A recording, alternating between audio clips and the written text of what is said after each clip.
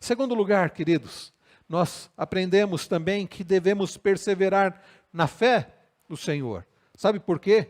Porque, em segundo lugar, o Senhor nos garante a promessa, e a promessa de vida eterna. Olhe comigo o verso de número 36. Convido os irmãos que estão aqui, que têm a sua Bíblia na versão revista e atualizada, para lermos juntos o verso 36. Leiamos.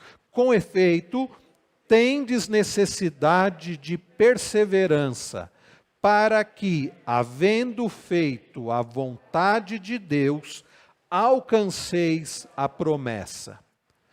Crianças, agora vocês vão fazer o seguinte no desenho. Vocês já desenharam um caminho longo, talvez sinuoso, cheio de curvas. Vocês desenharam vocês no caminho.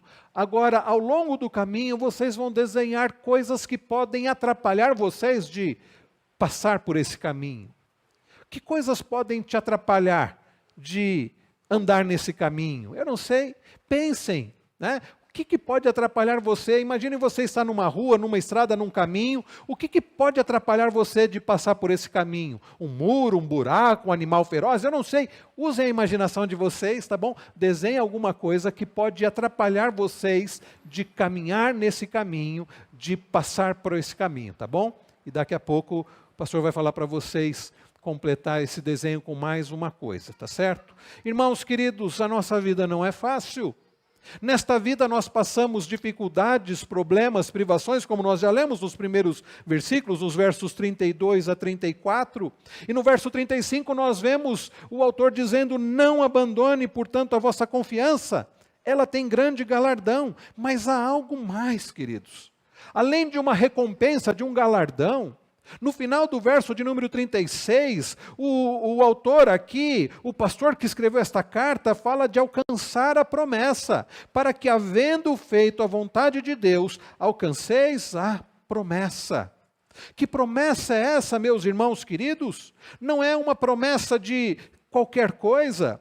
É uma promessa maravilhosa, é uma promessa de vida eterna, é uma promessa de vida eterna. Lembram-se de João 3,16? Lá em João 3,16 nós lemos: porque Deus amou o mundo de tal maneira, que deu seu Filho unigênito, para que todo que nele crê não pereça, mas receba que promessa, mas tenha o quê? A vida eterna.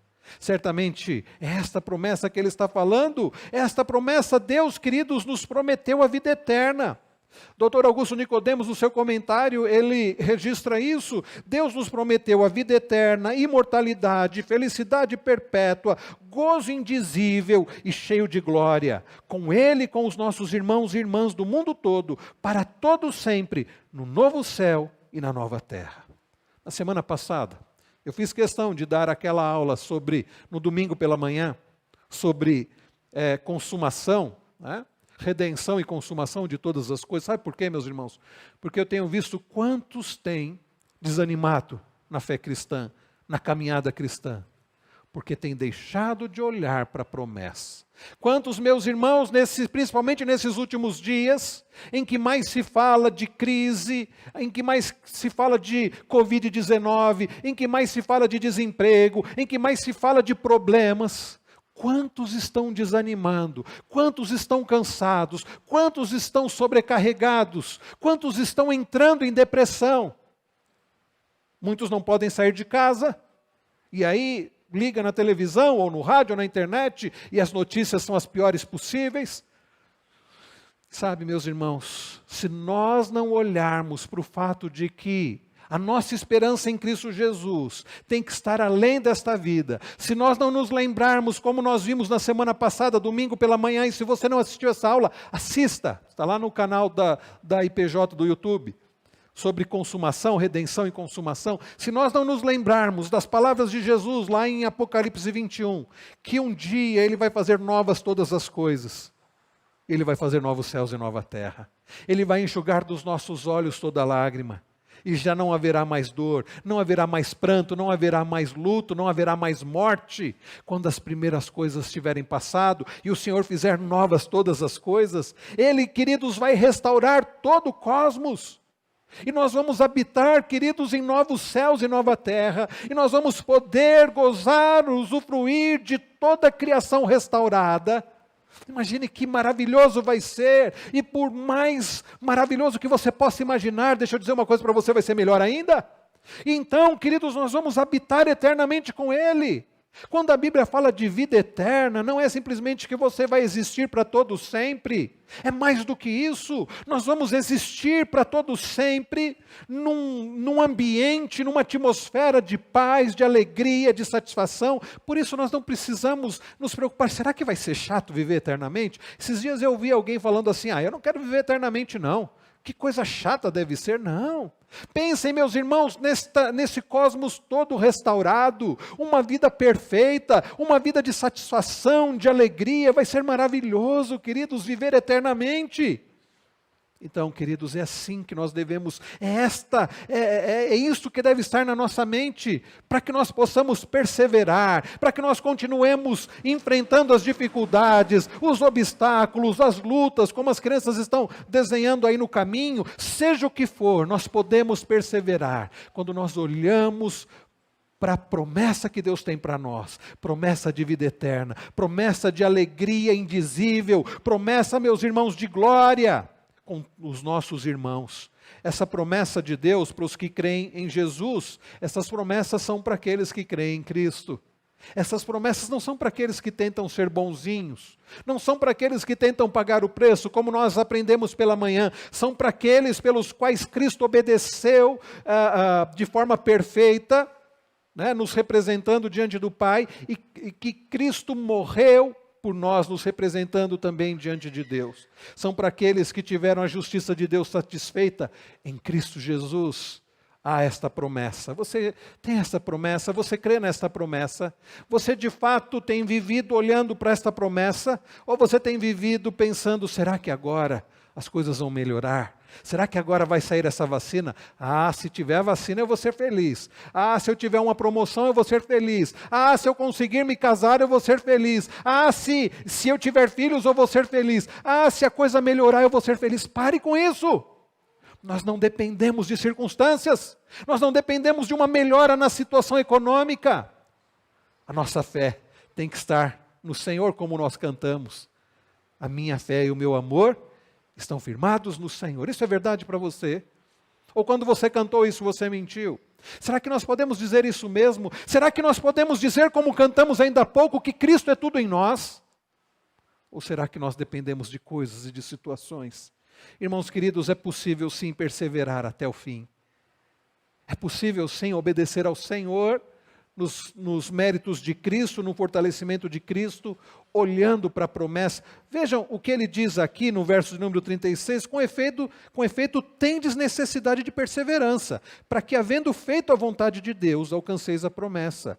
E aqui é importante, só para esclarecer algo, tem gente que diz assim, a perseverança dos santos, a maravilhosa doutrina da perseverança dos santos, que ensina que nós não perdemos a salvação. Aqueles que pertencem a Cristo não perdem a salvação, é verdade.